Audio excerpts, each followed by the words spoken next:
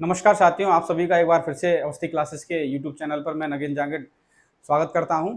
जो अवस्थी क्लासेस में L1 के 16 टेस्ट पेपर की जो श्रृंखला चल रही है उसका टेस्ट नंबर 7 का मैं आज आपको सॉल्यूशन कराने जा रहा हूं। तो आप मेरे साथ बने रहिए, हम एक एक क्वेश्चन के कंसेप्ट को समझने की कोशिश करते हैं। देखिए, पहला क्वेश्चन जो आप स्क्रीन पर देख पा रहे हैं, no sooner dot dot be dot dot the station it started raining.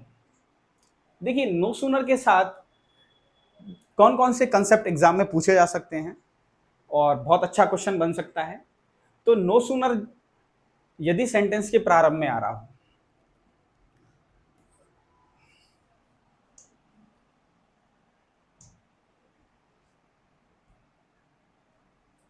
देखिए कुछ इंग्लिश में क्या होता है, इंग्लिश लैंग्वेज में कुछ रेस्ट्रिक्टेड या कुछ नेगेटिव एडवर्ब्स होती हैं। यदि वो सेंटेंस के प्रारंभ में आती है, आप इसे एडवर्ब रेस्ट्रिक्टेड एडवर्ब मान सकते हो। यदि ये सेंटेंस के प्रारंभ में आती है तो उस सेंटेंस का स्ट्रक्चर जो होता है वो इंट्रोगेटिव का होता है ना। मैं आपको रिपीट करता हूं, यदि कुछ नेगेटिव या कुछ रेस्ट्रिक्टेड एडवर्ब्स जिनमें नो सूनर भी आती है, यदि ये सेंटेंस के प्रारंभ में आ जाए, ये हालांकि एडवर्ब क्लोज ऑफ टाइम बनाती है।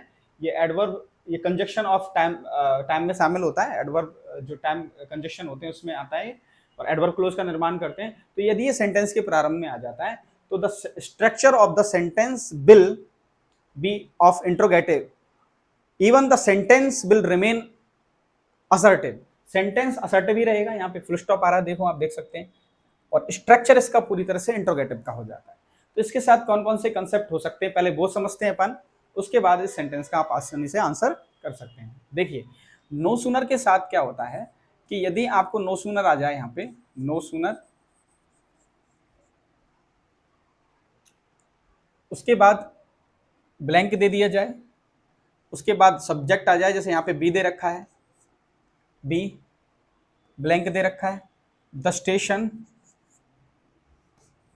द स्टेशन जिस तरह इस क्वेश्चन में दे रखा है मैं आपको एक बार समझा देता हूं, उसके बाद आप आसानी से इसका आंसर कर लेंगे और आपका कंसेप्ट भी क्लियर हो जाएगा। It started, it started raining.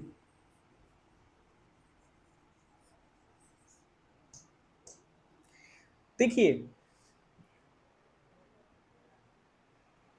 No sooner के साथ देन भी आ सकता है। वैसे इसका जो कॉम्बिनेशन होता है वो नो सूनर देन का होता है। नो सूनर और दूसरे पार्ट में हो सकता है देन, इधर ये इसका कॉम्बिनेशन होता है। लेकिन यहाँ पे क्या है, देन को दिया गया नहीं है, देन को उन्होंने क्या हाइड कर दिया है।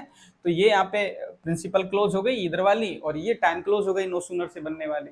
तो यदि प्रिंसिपल क्लोज में देखो पास्ट दे रखा है, यहाँ पे आप देख सकते हैं कि वर्ब की सेकंड फॉर्म दी गई है यहाँ पे, ठीक है ना। तो देखो यहाँ पे अपन को एक तो ये मिल गया कि यहाँ पे B2 दिया गया है। तो नो सूनर के साथ दो तरह के स्ट्रक्चर बन सकते हैं।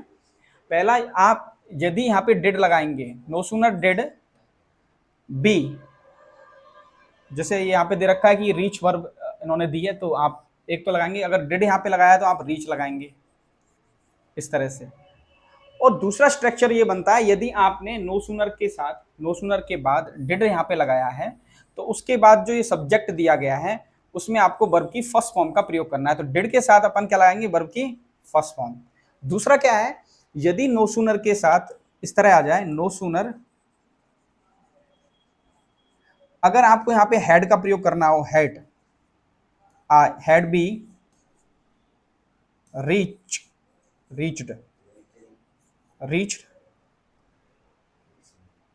इस तरह होता है sentence. Then it started raining. तो उस कंडीशन में क्या होता है, देखिए आप, देन हो भी सकता है, कई जगह नहीं भी होता है। तो नो सूनर के साथ आप हेड भी लगा सकते हैं। हेड अगर आपने यहां लगा दिया तो आप क्या करेंगे, उसके बाद सब्जेक्ट आ गया, सब्जेक्ट के बाद आपको क्या करना है, वर्ब की थर्ड फॉर्म का। तो आपको पता होना चाहिए, यदि यहाँ पे हेड आया है तो आप यहाँ पर वर्ब की थर्ड फॉर्म लगाते हैं। तो नो सूनर के साथ दो स्ट्रक्चर बनते हैं। पहला स्ट्रक्चर कौन सा है यदि आप नो सूनर के साथ डिड लगाते हैं, उसके बाद सब्जेक्ट है, तो आप वर्ब की फर्स्ट फॉर्म का प्रयोग करते हैं, और यदि हैड का प्रयोग कर रहे हैं तो आप उधर वर्ब की थर्ड फॉर्म का प्रयोग करते हैं। तो इस सेंटेंस में देखिए कौन से वाला स्ट्रक्चर है, कौन सा ऑप्शन है जो इसके अकॉर्डिंग सही बैठ रहा है। तो आप आसानी से आंसर कर सकते हैं कि रीच्ड होगा नहीं, ठीक है ना, क्योंकि आपको तो दो लगाने हैं यहाँ पे, तो रीच्ड ऐसे आएगा नहीं डायरेक्ट। डिड के साथ कभी भी वर्ब की सेकंड फॉर्म या थर्ड फॉर्म का प्रयोग नहीं होता, तो इसलिए ये गलत हो गया, इसको काट देंगे। रीचिंग नहीं आएगा, बिल्कुल गलत है। तो मैंने आपको बताया डिड रीच, यहाँ पे आप डिड लगाइए और यहाँ पे आप प्रयोग करेंगे वर्ब की फर्स्ट फॉर्म, तो ये ऑप्शन बिल्कुल आपका सही है। इसमें दो स्ट्रक्चर अपन ने पढ़े हैं। पहला, यदि आप नो सूनर के बाद डिड का प्रयोग कर रहे हैं, सब्जेक्ट है, उसके बाद आप जो समझने वाली बात यह है कि डिड के साथ हमेशा वर्ब की फर्स्ट फॉर्म आती है, जबकि सेकंड जो स्ट्रक्चर बना हुआ है ये वाला सेकंड है और ये वाला फर्स्ट स्ट्रक्चर अपन ने देखा था। एग्जाम में ये भी पूछा जा सकता है, ये भी पूछा जा सकता है कि नो सूनर के बाद यदि हेड दिया गया है और सब्जेक्ट आता है तो उसके बाद वर्ब की थर्ड फॉर्म का प्रयोग करते हैं, ठीक है। तो इसका आंसर क्या हो जाएगा, डिड रीच। नेक्स्ट क्वेश्चन की तरफ अपन बढ़ते हैं। देखिए इसका नेक्स्ट क्वेश्चन क्या है, नॉवेल्स इंटरेस्ट मी, ठीक है ना। तो आपको इसका क्या पैसिव बनाना है, नॉवेल्स इंटरेस्ट मी। इस सेंटेंस का आपको पैसिव बनाना है, पीवी बनाना है, पैसिव वॉइस। देखिए novels are interested by me, novels are interested by me. अगर आप इसका पैसिव बनाएंगे, पहले आप समझिए इसको। देखो ये इस सेंटेंस का सब्जेक्ट है, ये वर्ब है और ये इसका ऑब्जेक्ट है, ठीक है ना। देखिए नॉवेल्स इंटरेस्ट मी, ये इसका सेंटेंस का सब्जेक्ट है, वर्ब है और ये ऑब्जेक्ट है, ठीक है ना। तो आप देखिए इसमें अपन ऑब्जेक्ट को क्या बनाते हैं, सब्जेक्ट बनाएंगे। तो आई को आपने क्या बना लिया, सब्जेक्ट बना लिया। उसके बाद आप क्या करेंगे, टेंस कौन सा है, प्रेजेंट सिंपल टेंस है, तो प्रेजेंट सिंपल को अपन is am are plus verb की थर्ड फॉर्म में बदलेंगे, तो आई के साथ आएगा एम, आई एम इंटरेस्ट। उसके बाद वर्ब की थर्ड फॉर्म लगाएंगे तो इंटरेस्टेड। अब देखिए समझने वाली बात यहां है, और मैंने यहां लगा दिया आपका, ये स्मॉल में आएगा, सॉरी।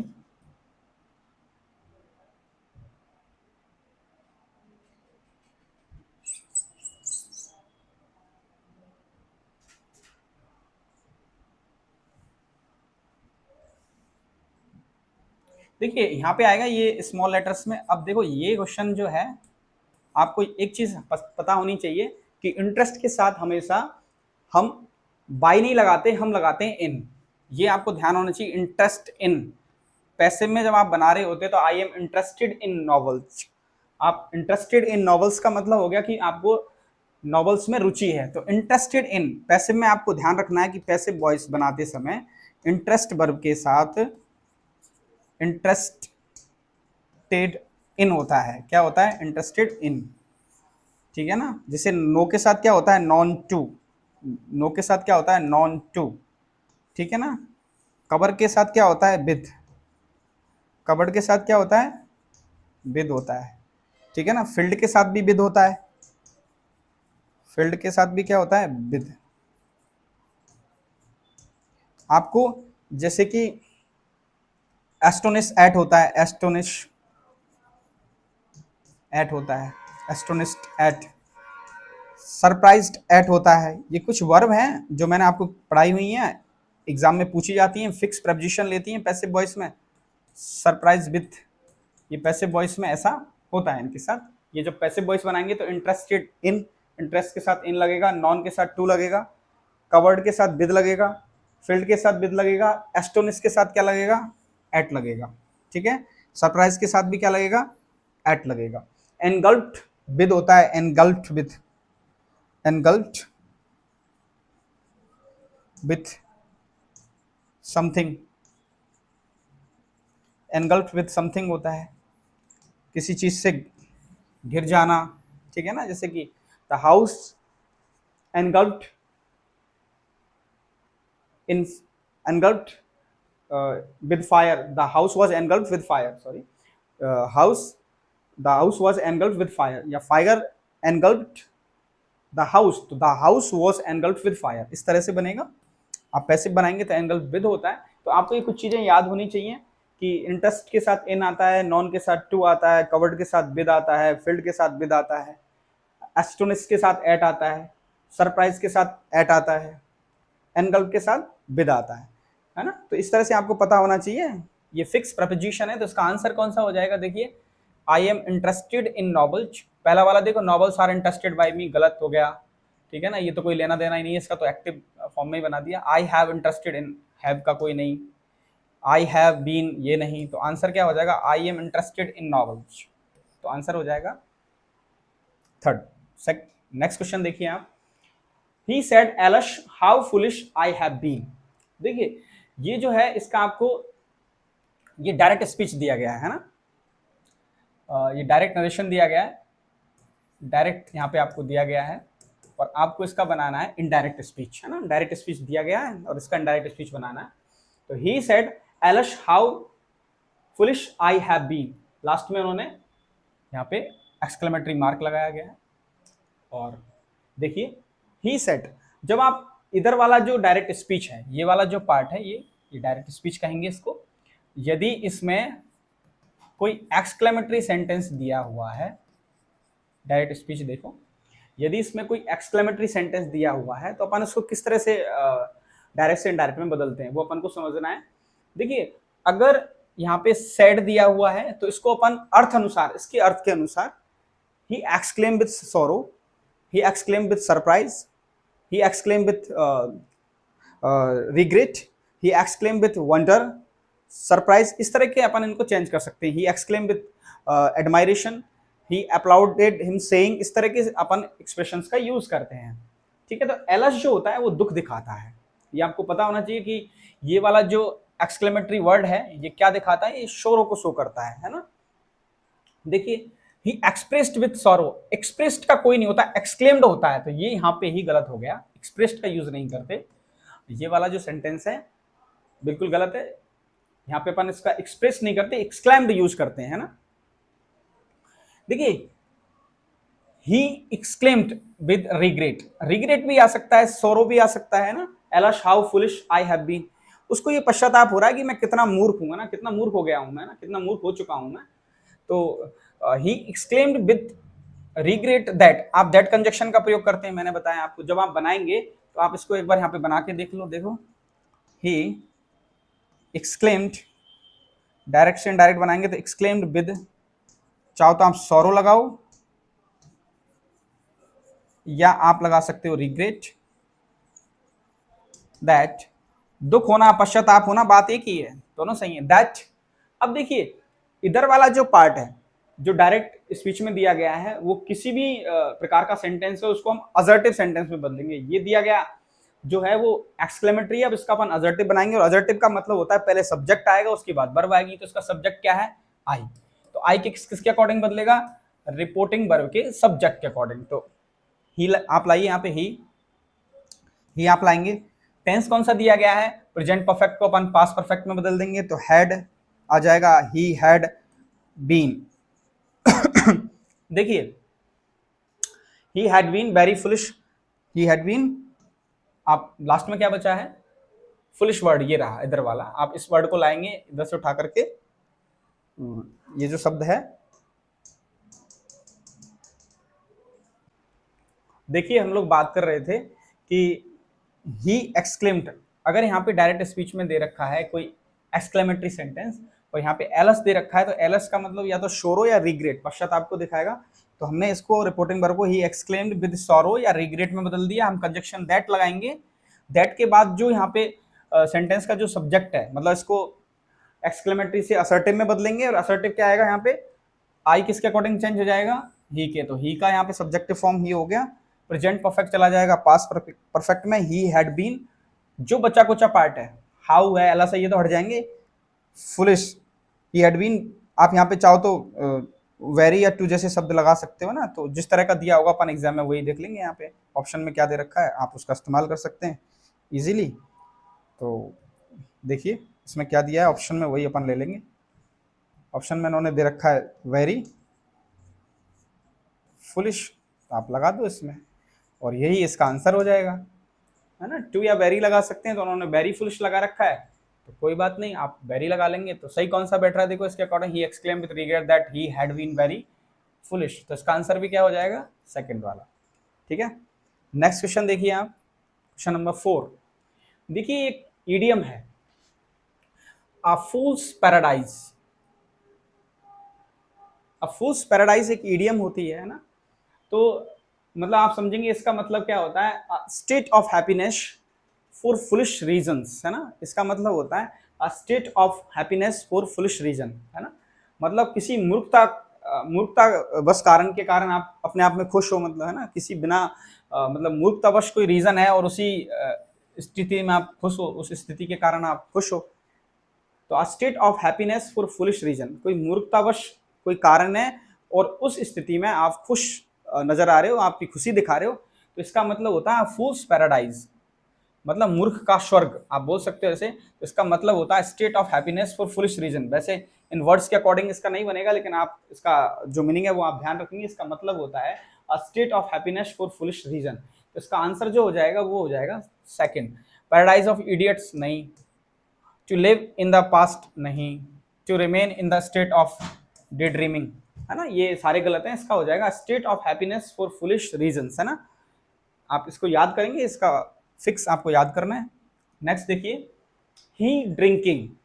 देखिए ये फ्रेजल वर्ब है सारे, ये फ्रेजल वर्ब है और फ्रेजल वर्ब आपको यहाँ पे भरनी है, आपको उचित फ्रेजल वर्ब का प्रयोग करना है, ठीक है ना।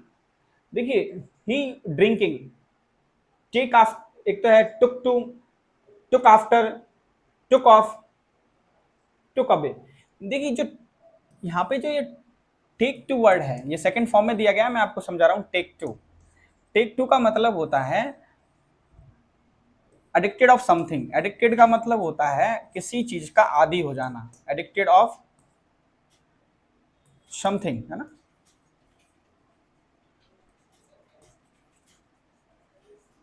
एडिक्टेड ऑफ समथिंग का मतलब होता है किसी चीज के आप आदी हो गए हो, आप नशे के आदी हो गए हो, किसी ड्रग के आदी हो गए हो, तो टेक टू होता है उसका मतलब। टेक टू, टेक टू का मतलब होता है किसी चीज के आदी हो जाना।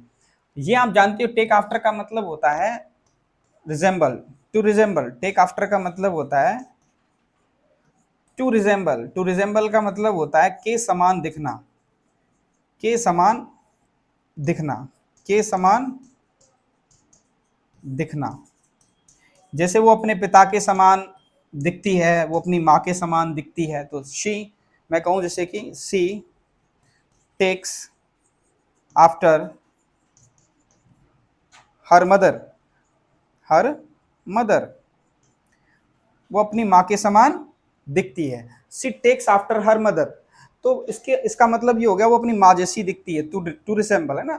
ही टेक्स आफ्टर हिज फादर, अगर मैं ये कहूँ कि वो अपने पिता जैसा दिखता है, ही टेक्स आफ्टर हिज फादर, वो अपने पिता के समान दिखता है, पिता जैसा दिखता है। तो आप टेक्स आफ्टर का मतलब यूज करते हैं, वो सेंस में होता है कि आप अपने पिता जैसे दिखते हैं, वह अपनी माँ जैसी दिखती है, के समान दिखना, वो अपने भाई जैसा दिखता है, किसी की तरह आप बोल सकते हो, के समान दिखना है, प्रतीत होना, है ना।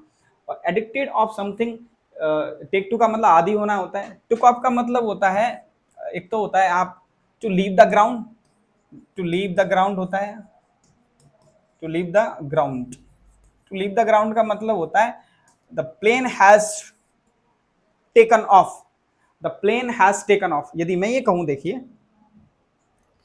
कि प्लेन टेक ऑफ कर गया है ना, अगर मैं ये कहूं आपसे the plane has taken off, देखिए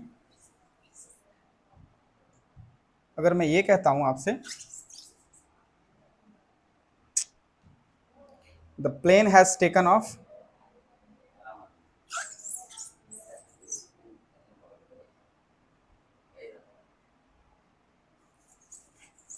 देखिए the plane has taken off, हम लिखते हैं इसका, देखो इसके कौन कौन से यूजेस हो सकते हैं उसको समझिए एक बार। टेक ऑफ के मतलब दो हो सकते हैं। टेक ऑफ, एक तो हो सकता है इसका मतलब हो सकता है to leave the ground, to leave the ground, का मतलब होता है प्लेन वगैरह का टेक ऑफ करना, मतलब उड़ना, है ना। और दूसरा इसका मतलब होता है to remove clothes, shoes etcetera, कपड़े जूते आदि उतार देना ना, to remove clothes, shoes etcetera. देखिए to leave the ground, take off का मतलब होता है टू लीव द ग्राउंड। जैसे मैंने ये कहा the plane has taken off, अगर मैं ये कहूं the plane has taken off, इसका मतलब होता है कि प्लेन जो है वो उड़ चुका है, उसने ग्राउंड को छोड़ दिया है, ठीक है ना। और दूसरा जैसे कि सी टुक ऑफ हर शूज, उसने अपने जूते उतार दिए हैं ना, या सी टुक ऑफ हर कोट, उसने अपना कोट उतार दिया। तो इस तरह के सेंस में अपन यूज करते हैं, तो इसका जो आंसर हो जाएगा वो हो जाएगा टुक टुक, है ना। टुक टुक, टुक टुक का मतलब होता है वो शराब पीने का आदि है। इसका आंसर क्या हो जाएगा? टुक टुक।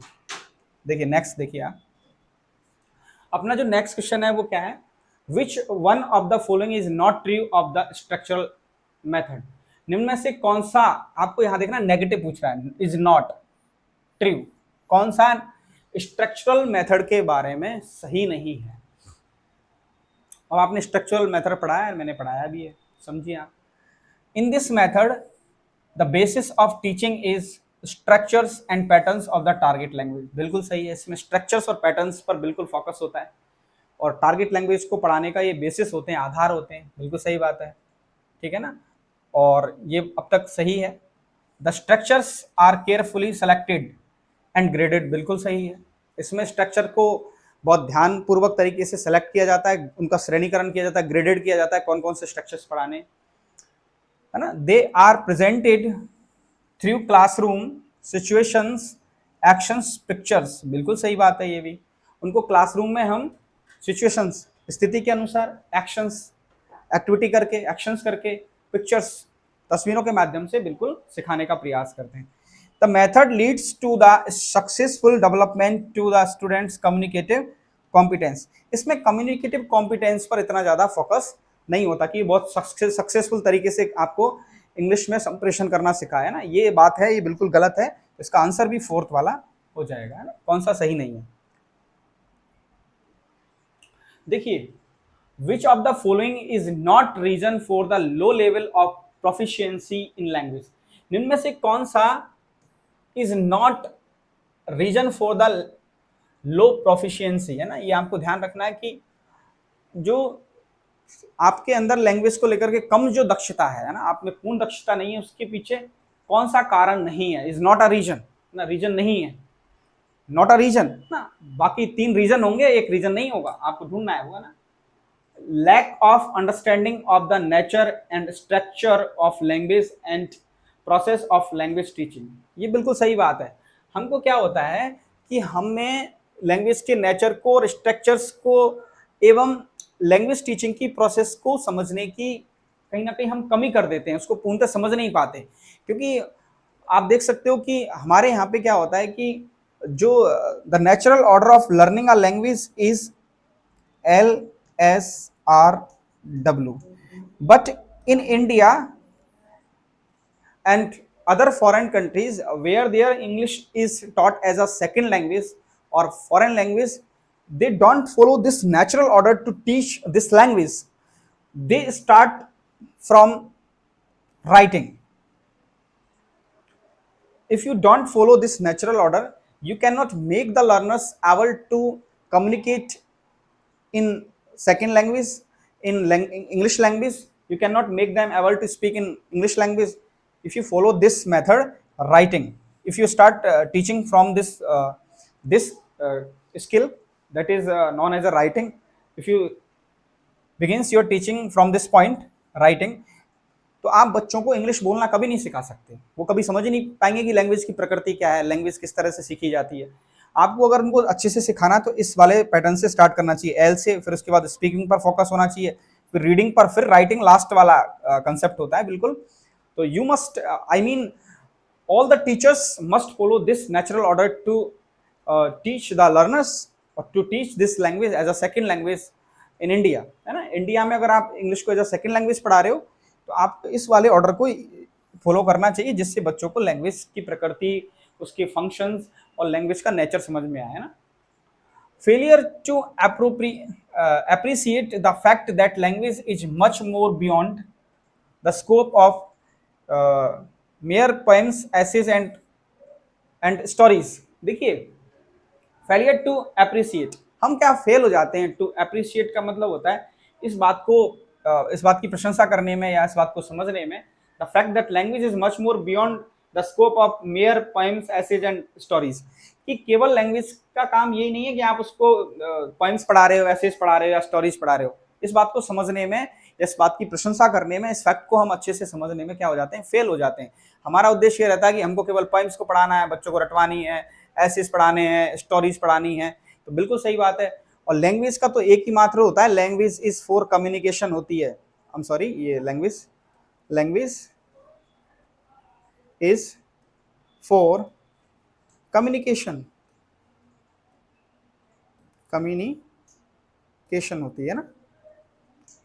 देखिए, लैंग्वेज का जो एकमात्र उद्देश्य है, the ultimate goal of language learning is to communicate in language, in target language, है ना। लैंग्वेज का जो अल्टीमेट गोल होता है वो क्या होता है कि लैंग्वेज है ना, वो लैंग्वेज इज फॉर कम्युनिकेशन होती है rather than grammatical competence. Communicative competence is used, we use a language, we study language for the communicative competence rather than grammatical competence, है ना। इसमें क्या होता है कि हम लैंग्वेज को कम्युनिकेटिव कॉम्पिटेंस के लिए पढ़ते हैं रादर देन ग्रामेटिकल कॉम्पिटेंस। हम ग्रामर में दक्षता हासिल करना नहीं चाहते।